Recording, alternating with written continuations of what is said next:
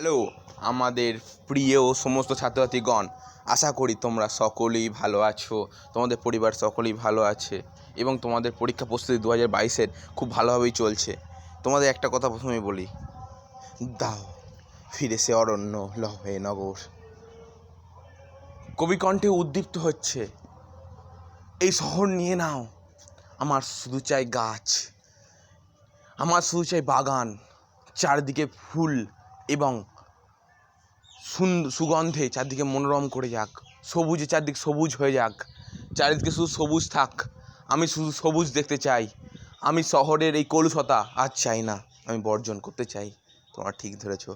আজকে তোমাদের আমি পড়াতে চলেছি আমি দেখি কবিতা, শক্তি চট্টোপাধ্যায়ের এক অসাধারণ উপস্থাপন কবিতা আমি দেখি। চলো তার আগে দুটো তিনটে কথা বলে নিই। তোমরা অনেক কিছু জিনিসই জানো না।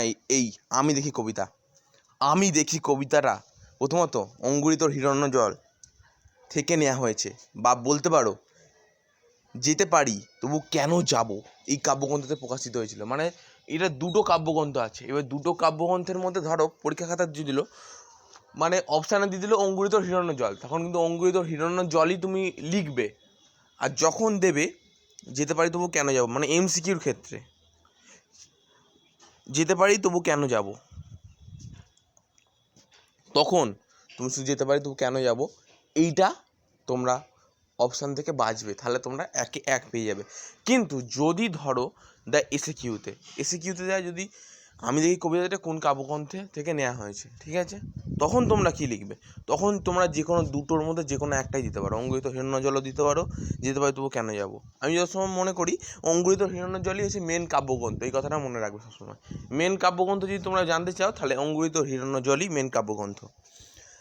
এবার তোমাদের প্রথম থেকে একটা জিনিস বলতে চাই যে আমি দেখি কবিতাটা কে লিখেছেন? শক্তি চট্টোপাধ্যায়। আমাদের একটা জিনিস বুঝতে হবে, শক্তি চট্টোপাধ্যায় কোন সময়কার কবি।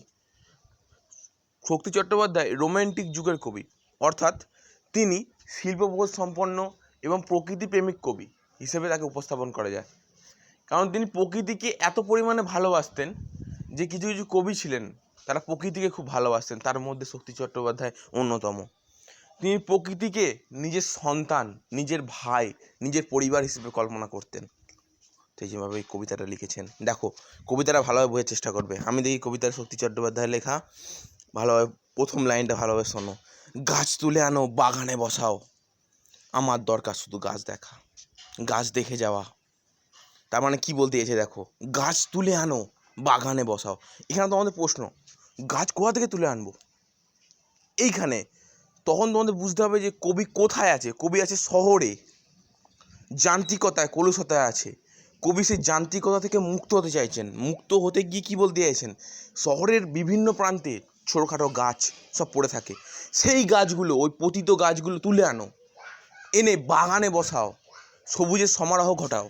তারপর দেখো, আমার দরকার শুধু গাছ দেখা, সেই সবুজের সমারোহ ঘটাও, বাগানে বাগানে চারিদিকে সবুজের সমারোহ ঘটাও। সেই সবুজ গাছ আমি চোখের সামনে প্রত্যক্ষ করব, আমি দেখব, নিজের মনকে শান্ত করব। গাছ দেখে যাওয়া, আমার শুধু গাছ দেখে যাওয়া। গাছ দেখে গেলে এক মনের এক উজ্জীবিত আনন্দ প্রতিফলিত হয় গাছের মাধ্যমে। গাছের সবুজটুকু শরীরে দরকার। গাছের সবুজটুকু বলতে এখানে কী বোঝানো হয়েছে? গাছের সবুজটুকু মানে পাতা, ফুল, ফল সমস্ত কিছুকেই এখানে বোঝানো হয়েছে। গাছের সবুজটুকু শরীরের দরকার কিসের জন্য? আরোগ্যের জন্য। আরোগ্য মানে রোগ, রোগ থেকে মুক্তি পাওয়ার জন্য। একটা কথা মনে রাখবে, পৃথিবীতে গাছ আমাদের পরম বন্ধু। গাছ আমাদের অক্সিজেন, ফুল, ফল সমস্ত কিছুই দেয়। তাই আমাদের কর্তব্য এবং দায়িত্ব হলো, কবি শক্তি চট্টোপাধ্যায় আমাদের দায়িত্ব কর্তব্যকে আরেকবার উজ্জীবিত করার জন্য এই কবিতাটা লিখেছেন যে গাছ তুলে আনো, বাগানে বসাও, কারণ গাছ আমাদের পরম বন্ধু। গাছ ছাড়া আমাদের 2 মিনিট মানে আমরা চলতে পারবো না পৃথিবীতে। অক্সিজেন যদি গাছ না দেয় আমরা বাঁচতে পারবো না, খাদ্য যদি না দেয় আমরা খেতে বাঁচতে পারবো না, যদি হাওয়া বাতাস না দেয় আমরা পৃথিবীতে বসবাস করতে পারবো না। আমাদের স্বাভাবিক ভারসাম্যটা পৃথিবী থাকে, মানব জাতি এই পৃথিবী থেকে উঠে যাবে। সেই কারণে কবি সমস্ত কিছু প্রত্যক্ষ করে বলেছেন যে গাছকে আমি ভালোবাসি। গাছ আমাদের সমস্ত জায়গা থেকে মুক্তি দেয়। আরোগ্য মানে রোগ হলে রোগ থেকে মুক্তি দেয় গাছ, সমস্ত জায়গা থেকে আমাদের বাঁচতে সাহায্য করে। আমাদের পৃথিবীর সবথেকে পরম বন্ধু, আমাদের মানব জাতির সবথেকে পরম বন্ধু হলো গাছ। তারপর দেখো, বহুদিন জঙ্গলে কাটেনি দিন, বহুদিন জঙ্গলে যায়নি, বহুদিন শহরেই আছি। এই লাইনটার মাধ্যমে একটা গুরুত্বপূর্ণ তাৎপর্যপূর্ণ জিনিস বোঝাতে চেয়েছেন। বহুদিন জঙ্গলে কাটেনি দিন। বহুদিন জঙ্গলে বলতে কী বলতে হয়েছে এখানে? তার মানে কবি অবশ্যই এখানে শহরে আছেন, শহরে কাটাচ্ছেন দিন। তাহলে দেখো বহুদিন, তারপর লাইনে দেখো বলে দিচ্ছে বহুদিন শহরেই আছি। অনেক দিন ধরে কবি শহরেই আছেন। শহরে অসুখ হাঁ করে কেবল সবুজ খায়, সবুজের অনটন ঘটে। এই লাইনটা গুরুত্বপূর্ণ তাৎপর্যপূর্ণ ব্যাপারটা বোঝার চেষ্টা করবে। শহরের অসুখ বলতে কী বোঝানো হয়? শহরে অসুখ বলতে বোঝানো হয়েছে মানুষ। প্রথমে বোঝানো হয় মানুষ। মানুষ যত উন্নত হচ্ছে, সবুজকে তত পরিমাণে ধ্বংস করছে। ফ্ল্যাট বিল্ডিং, বড় বড় শহরে দেখবে গাছের কোনো নিশ্চিহ্নই তোমরা পাবে না, মানে গাছের কোনো চিহ্নই পাবে না। চারদিকে শুধু ফ্ল্যাট বাড়ি থেকে শুরু করে চারদিকে যান্ত্রিক কলুষতা, ইট পাথর কাঠ বালি সমস্ত জায়গাতে ভর্তি, কিন্তু সবুজের সমারোহ তুমি পাবেই না। তাই কবি এখানে বলছে শহরের অসুখ হাঁ করে কেবল সবুজ খায়। হাঁ করে শুধু সবুজ খায় মানে যান্ত্রিকতায় ভরে গেছে শহর। চারদিকে যন্ত্রের এই কলারহ, শুধু মানে কলকারখানা সব যন্ত্রপাতি চলছে, আর বড় বড় ফ্ল্যাট বিল্ডিং তৈরি হচ্ছে, শুধু গাছ কেটে কেটে ধ্বংস করে দিচ্ছে। পুরো শহরটা জুড়ে শুধু আজ ফ্ল্যাট বিল্ডিংয়ে ইট কাঠ পাথর বালিতে ভর্তি চারিদিকটা, কিন্তু কোথাও সবুজের সমারোহ নেই।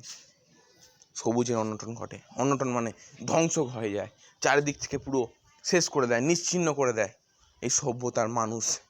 এই পরম বন্ধুকে না চিনতে পেরে কেটে ধ্বংস করে দেয়, নিজেদের ক্ষতি নিজেরাই করছে। কারণ সভ্যতা একটা জিনিসই হলো, সভ্যতা নিজেদের গর্ত নিজেরাই খোঁড়ে। যত মানুষ সভ্য হচ্ছে তত পরিমাণে বিপদ বাড়ছে, অনেক পরিমাণে বিপদ বাড়ছে মানুষের। মানুষ নিজের গর্ত নিজেই খুঁড়ছে। তারপর দেখো তাই কি বলছে কবি, তাই বলি গাছ তুলে আনো বাগানে বসাও আমি দেখি। তাই কবি বলতে চাইছেন সমস্ত যদি বিপদ থেকে বাঁচতে চাও, যদি পরম বন্ধু হিসেবে গাছকে সামনে দেখতে চাও, তোমাদের সুস্থ এবং সবল পরিবেশ দেখতে চাও, তাহলে গাছ তুলে আনো বাগানে বসাও, সামনে দেখতে দাও আমাকে। চোখ তো সবুজ চায়, দেহ চায় সবুজ বাগান। চোখ সবুজ চায়। চোখ যখন তুমি এক দৃষ্টিতে যখন সবুজের দিকে তাকাবে, তোমার চোখের দৃষ্টি বাড়বে। এবং বলছে সবুজের সংস্পর্শে তুমি থাকলে তোমার শরীর, মানসিক, সামাজিক এবং বিকাশ অটোমেটিক বাড়ে। একটা কথা মনে রেখো, প্রকৃতি থেকেই শিক্ষা গ্রহণ করা যায়। প্রকৃতি অনেক কিছু শিক্ষা দেয়, এই কথাটা মনে রাখবে। আকাশ আমায় শিক্ষা দিল উদার হইতে ভাইরে, এই কবিতাটা মনে পড়ে যাবে। দেখো সবুজ আমাদের পরম বন্ধু হিসেবে আমাদের চোখের সামনে সবসময় আছে। যদি সবুজের দিকে সবসময় তাকিয়ে থাকো, সবুজে তোমাকে অনেক কিছু জিনিস শেখায়। কীভাবে পরম বন্ধু হয়ে পাশে দাঁড়াতে, সেটা সবুজ শেখায়। যদি ধরো গ্রীষ্মকালে গাছ না থাকতো, তুমি রাস্তা দিয়ে আসছো, ক্লান্ত হয়ে পড়েছো, তুমি ঘরের নিচে যাও, তোমার কিছুতেই বলছি তোমার শান্তি হবে না। কিন্তু যদি তুমি একটা গাছের নিচে দাঁড়াও, গাছটা তোমাকে কী দেবে? ওর যত পরিমাণে হাওয়া আছে তোমাকে দেবে, পাতা দিয়ে গার্ড করে দেবে। একটা কথা মনে রাখো, গাছেরও কিন্তু প্রাণ শক্তি আছে, কারণ গাছও আমাদের মতোই একটা প্রাণী। আচার্য জগদীশচন্দ্র বসু প্রমাণ করে দিয়েছেন যে গাছেরও প্রাণ আছে। সেই কারণে সেও তোমাকে দেখে, তুমি যদি পরম বন্ধু হিসেবে তাকে। একটা কথা মনে, প্রত্যেক ক্রিয়ারই সমান ও বিপরীত প্রতিক্রিয়া আছে। যদি তুমি একটা ইঁটকে আঘাত করো, তোমার হাতে কিন্তু লাগবে। আর যদি তুমি একটা গাছকে ভালোবাসো, সেও তোমাকে ভালোবাসা দেবে। এটাই হচ্ছে কথা। তারপর দেখো গাছ আনো বাগানে বসো আমি দেখি। কবি শেষ লাইনে ওই কথাটাই বলছেন যে তুমি শুধু গাছ নিয়ে আসো, পতিত গাছগুলোকে যে কোনো জায়গা থেকে এনে বসাও বাগানে, আমাকে শুধু দেখতে দাও গাছের সমারোহ। চারিদিকে শুধু গাছের সমারোহ দেখে যাই, শুধু গাছ দেখবো আমি। আমার জীবনে শুধু চাই গাছ, গাছ ছাড়া আমার জীবনে কিছু নেই। তাই বলছে গাছ আনো বাগানে বসো আমি শুধু দেখে যাই। আশা করি তোমাদের কবিতাটা আমি যতটা পারি নিজস্বতায় বোঝানোর চেষ্টা করেছি। যদি বুঝতে পারো অবশ্যই একটা রিকোয়েস্ট রইল, একটা লাইক কমেন্ট সাবস্ক্রাইব অবশ্যই করে দিও। চলো, তোমরা অনেকেই আমাকে চেয়েছো যে স্যার শুধু আমাদের কবিতাটা বোঝালেই হবে না। সেই কারণে আমি শুধু কবিতাটা না বুঝিয়ে এমসিকিউ এসিকিউ আর যতটা পারছি বড় প্রশ্ন তোমাদের বুঝিয়ে দিতে চাইছি। কারণ ধরো অনেকে কী হয়ে যায়, সায়েন্স আর্টস কমার্স তিনটে স্ট্রিমেরই স্টুডেন্ট থাকে এখানে। সেই কারণে অনেক সময় কি হয়, তাদের অন্যান্য সাবজেক্ট পড়তে গিয়ে বাংলা ইংলিশকে সময় দেওয়া হয় না। সেই কারণে আমার এই ভিডিওগুলো তৈরি করে দেওয়া। যখন রাত্রিবেলা তুমি ঘুমোতে যাচ্ছ তখন হেডফোনটা কানে গুঁজে এই জিনিসগুলো তুমি এক একটা ওয়ার্ড যদি শোনো তাহলে তোমার অনেক কাজ আছে। কারণ মনে রাখো, শোনা, পড়া, লেখা এই তিনটেরই সমান গুরুত্ব আছে। বিশেষ করে লেখা, যদি তুমি একটা প্রশ্নকে যদি বারবার প্র্যাকটিস করো বা বারবার লিখে লিখে প্র্যাকটিস করো তাহলে তোমার 100 বার পড়ার সমান, কথাটা মনে রাখবে। এর চরম গুরুত্বপূর্ণ জিনিস। তারপর দেখো, এবার তোমাকে বলি, আমি দেখি অঙ্কুরিত হিরণ্যজল কাব্যগ্রন্থে বিশেষ দ্রষ্টব্য কী দেখো। কবি শক্তি চট্টোপাধ্যায়ের লেখা যেতে পারে তবু কেন যাব কাব্যগ্রন্থেও রয়েছে আরোগ্য মানে রোগ মুক্তি, রোগ থেকে সেরে ওঠা, অনটন মানে অভাব বা অপ্রতুলতা মানে অভাবকে বোঝানো হয়েছে এখানে। তারপর মূল ভাব কি দেখো, শরীরের আরোগ্যের জন্য গাছের সবুজ আজও বড় প্রয়োজন। তাই কবি অবহেলায় পড়ে থাকা গাছগুলোকে তুলে এনে বাগানে বসানোর পরামর্শ দিয়েছেন। তিনি আর বলেছেন যে শহরে আজ সবুজে ভরে রোগে আক্রান্ত কিন্তু শরীর ও মনের সজীব বজায় রাখতে বৃক্ষরোপণ একান্ত জরুরি। সবুজে অনটন ঘটে, শহরে অসুখ হাঁ করে সবুজ খায় বলে চোখ তো সবুজ চায়, দেহ চাই সবুজ বাগান। তাই বলি গাছ তুলে আনো, বাগানে বসাও, আমি দেখি এটা হবে। এটা একটা প্রশ্ন বললাম, ঠিক আছে। তাই বলি গাছ তুলে আনো, কবি গাছ বসাতে চান বাগানে। ওই সবুজের ভীষণ দরকার। কোন সবুজের কথা বলা হয়েছে? গাছের সবুজ অংশটুকুর কথা বলা হয়েছে। তারপরে দেখো, গাছের সবুজ টুকু কেন দরকার? আরোগ্যের জন্য। তাই বলি কবি কি বলেন, গাছ তুলে আনো। বহুদিন জঙ্গলে যায়নি, বহুদিন কবি রয়েছেন শহরে, হাঁ করে কেবল সবুজ খায় কে? শহর। আমি দেখি কবিতায় বহুদিন শব্দটি কতবার ব্যবহৃত হয়েছে। চরম গুরুত্বপূর্ণ প্রশ্ন, 3 বার। বহুদিন কবি কোথায় যায়নি? জঙ্গলে। আমি দেখি কবি কি দেখতে চান? কবি গাছ তুলে এনে বাগানে বসানো দেখতে চান। বহুদিন জঙ্গলে যায়নি, জঙ্গলে না যাওয়ার কারণ কি? কবি দীর্ঘদিন ধরে শহরে রয়েছেন, তবু বহুদিন জঙ্গলে যায়নি। কবি শহরেই আছি। শহর থেকে বক্তা কি উপলব্ধি করেছেন? শহর থেকে কবি উপলব্ধি করেছেন যে শহরে অসুখ হাঁ করে কেবল সবুজ খায়। এই কারণে শহরের সবুজের বড়ই অভাব। তারপর দেখো, আমি দেখি কবিতায় কবি চোখ ও দেহ কি কামনা করে। আমি দেখি কবিতায় কবি চোখ সবুজ এবং দেহ সবুজ বাগান কামনা করে। সবুজে অনটন ঘটে। কোথায়, কেন অনটন ঘটে? শহরের অসুখ হাঁ করে সবুজ খায়, অর্থাৎ বৃক্ষরোপণ। তাই শহরের সবুজের অনটন ঘটে। গাছগুলো তুলে আনো, গাছগুলো তুলে এনে কবি কী করতে বলেছেন? গাছগুলো তুলে এনে কবি বাগানে রোপণ করতে বলেছেন। বহুদিন জঙ্গলে যায়নি, জঙ্গলে না যাওয়ার ফলে কি হয়েছে? বহুদিন জঙ্গলে না যাওয়ার ফলে কবি শহরের বুকে সবুজ নিধন দেখেছেন এবং সবুজের অভাব উপলব্ধি করেছেন। একটা কথা বলি শোনো, এখানে একটা বড় সিক্রেট আছে, বা যেটা বলো গোপন কথা। সেটা হলো, এই কবিতা থেকে তোমরা যে প্রশ্নই আসুক না কেন, একটা জিনিস যদি তোমরা বুঝে নিয়ে লিখতে পারো, 4 4.5 পাওয়াটা তোমাদের কাছে একটা সহজ এবং সহজসাধ্য বিষয় হয়ে উঠবে। সেই কারণেই তোমাদের এখানে বলা হয়েছে, খুব সহজ হয়ে যাবে, তোমাদের কোনো প্রবলেমই হবে না লিখতে, খুব সহজেই তোমরা লিখতে পারবে এবং লিখে নম্বর পেতে পারবে। দেখো প্রশ্নগুলো শোনো। প্রথমে, গাছ আনো বাগানে বসাও, আমি দেখি। তাই বলি গাছ তুলে আনো, গাছগুলো তুলে আনো বাগানে বসাও, কবি এই আহ্বান কারণ এবং তাৎপর্য আলোচনা করো। এই প্রশ্ন বললে আমার দরকার শুধু গাছ দেখা, বক্তাকে তার গাছ দেখা দরকার কেন? আরোগ্যের জন্য এই সবুজের ভীষণ দরকার। ওই সবুজ বলতে কি বোঝানো হয়েছে? সেই সবুজ পাওয়ার জন্য কবি কি নির্দেশ দিয়েছেন? তারপর দেখো, শহরে অসুখ হাঁ করে কেবল সবুজ খায়, সবুজে অনটন ঘটে। এই অসুখ থেকে পরিত্রাণের উপায়, পরিত্রাণের জন্য কবি কী করতে বলেছেন? আমি দেখি কবিতার মূল বক্তব্য নিজের ভাষায় লেখো। আমি দেখি কবিতায় কবি কী দেখতে চেয়েছেন এবং কেন দেখতে চেয়েছেন। কবি এই কবিতার যে কোনো প্রশ্ন আসলেই, যেটা বলেছিলাম আর কি, নিচের উত্তরটি প্রশ্ন অনুযায়ী সামান্য সংযোজন ও বিয়োজন করে পরীক্ষা খাতায় লিখতে। সংযোজন ও বিয়োজন বলতে যুক্ত করে, কিছুটা ওয়ার্ড যুক্ত করে আর কিছুটা ওয়ার্ড বাদ দিয়ে যদি তোমরা লিখতে পারো তাহলে তোমরা লিখতে পারো কবিতার সমস্ত প্রশ্নের উত্তরই নিচের উত্তরটি সম্পৃক্ত হয়েছে।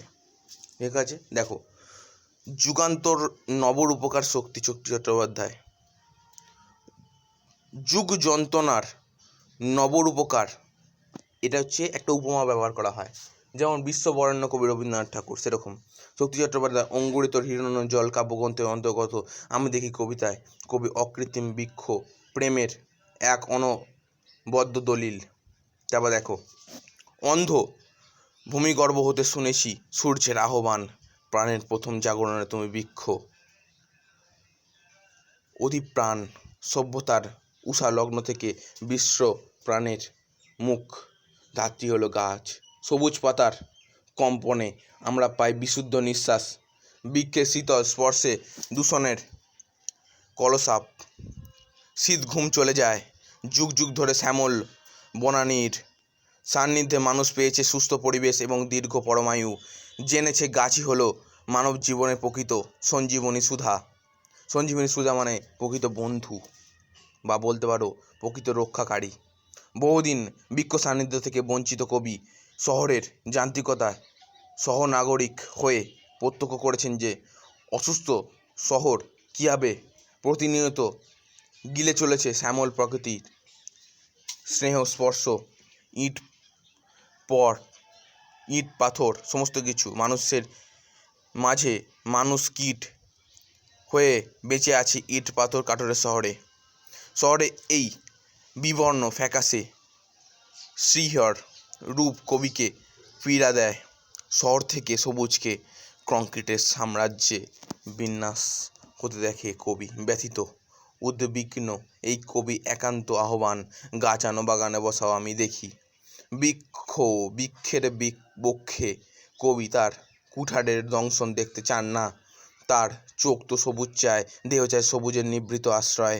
কবির আহ্বানে হৃদয় পৃথিবীকে প্রাণহীন মরুভূমিতে পরিণত হওয়ার হাত থেকে বাঁচাতে বদ্ধপরিকর।